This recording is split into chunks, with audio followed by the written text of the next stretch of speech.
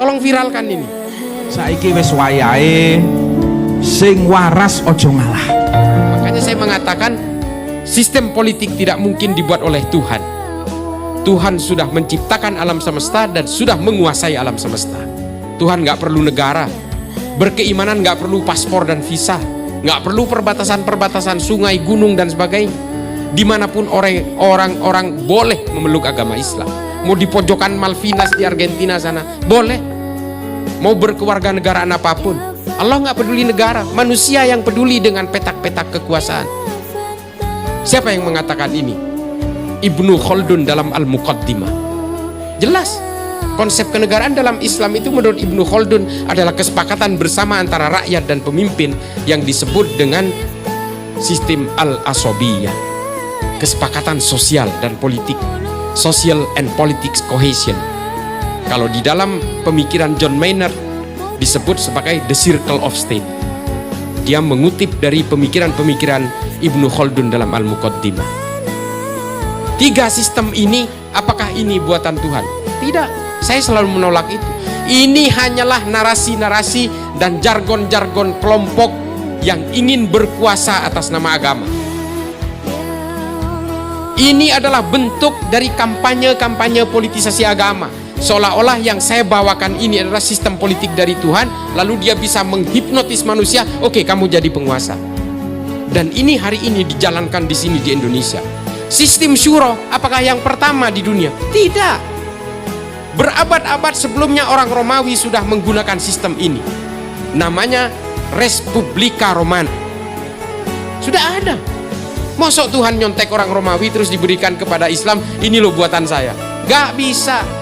Mari kita belajar tentang sistem politik. Mari kita bicara tentang sejarah-sejarah genealogi pemikiran politik manusia. Di dalam sejarah politik manusia, sistem Respublika Romana ini yang kemudian di Islam dikenal dengan sistem syuro ini disebut dalam ilmu politik sebagai the early republic political system. Awal dari terciptanya sistem republik yang diciptakan oleh Plato dalam kekuasaan bangsa Romawi.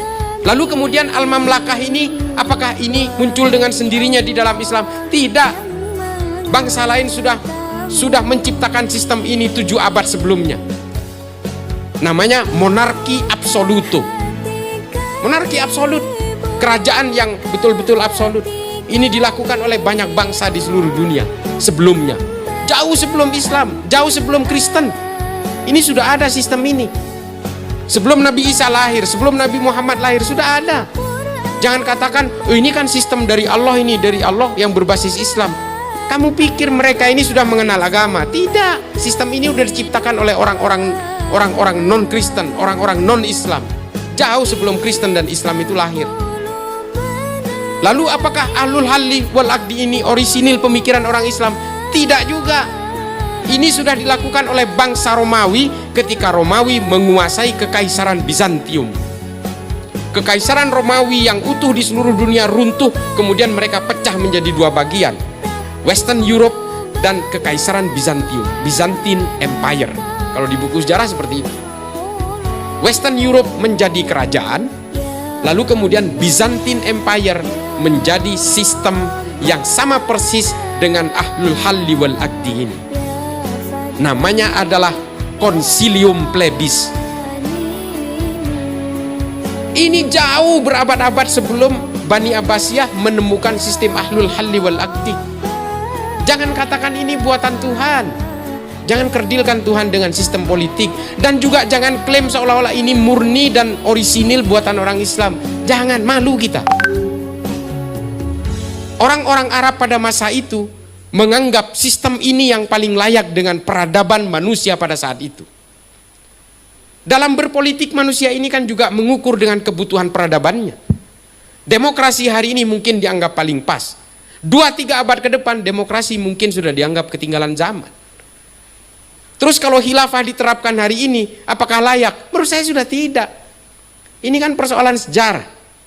Jangan kemudian seperti yang saya bilang tadi, kepala kita masih ketinggalan di abad-abad awal, tapi kaki kita sudah berada di abad milenium. Akhirnya apa? Kita kebingungan sendiri.